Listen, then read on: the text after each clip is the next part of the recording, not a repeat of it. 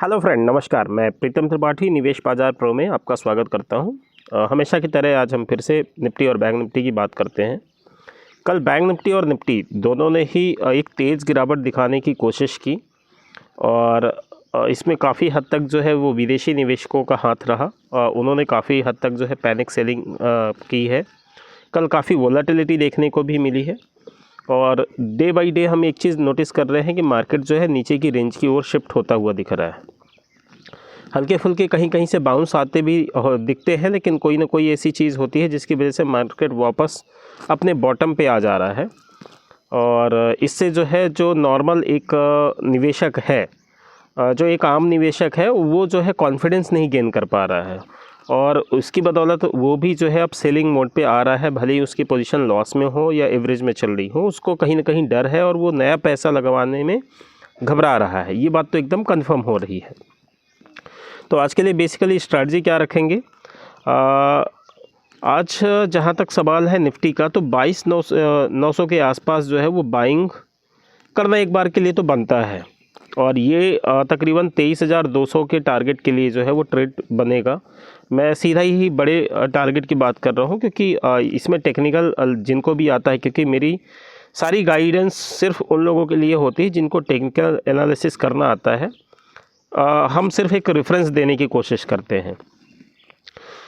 तो 22,900 का बाई जो है 23,200 के लिए जो है प्लान किया जा सकता है और 22,825 के आसपास जो है वो तकरीबन 1 बजे के आसपास, मतलब अगर आपको ये फील होता है कि मार्केट में बाउंस नहीं आ रहा, मार्केट रिकवरी नहीं दिखा रहा है, तो वो आपका स्टॉप लॉस बन सकता है।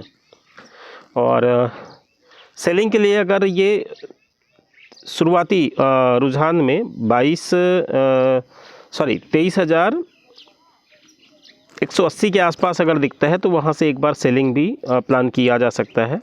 170 से लेके 200 तक की वो रेंज हो सकती है और 23,250 का जो है वो स्टॉप लॉस लेके जो है ये ट्रेड मारा जा सकता है। बैंक निफ्टी के केस में अगर हम बात करें तो बैंक निफ्टी में भी सेम सिचुएशन है। तकरीबन 47,900 48,000 में एक बार बाई किया जा सकता है। इसके लिए टारगेट हो जाएगा 48,400, 48,600, 48,900 तक के।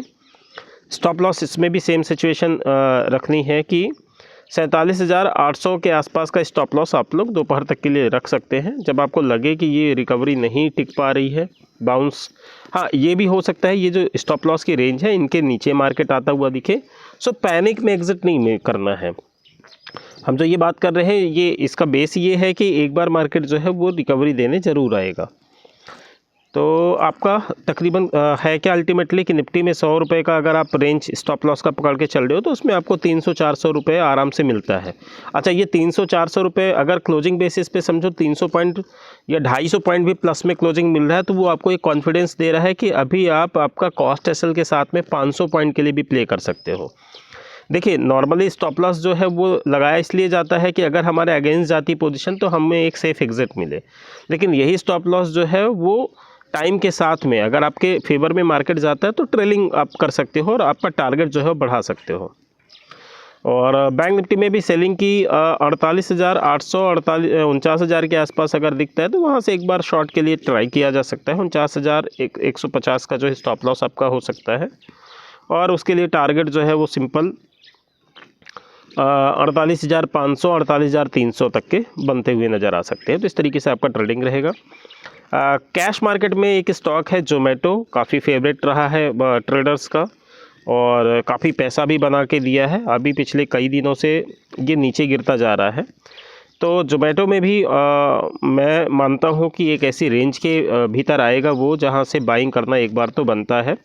अब ये कर सकते हैं आप कि आप जितना भी प्लान कर रहे हैं जोमेटो जैसे स्टॉक के लिए बाइंग के लिए, तो उसको आप 50% जो है तकरीबन 190 के आसपास, 190 से 95 की प्राइस अगर आपको मिलती है तो वहाँ पे आप डेफिनेटली लॉन्ग टर्म इन्वेस्टमेंट के हिसाब से प्ले कर सकते हैं।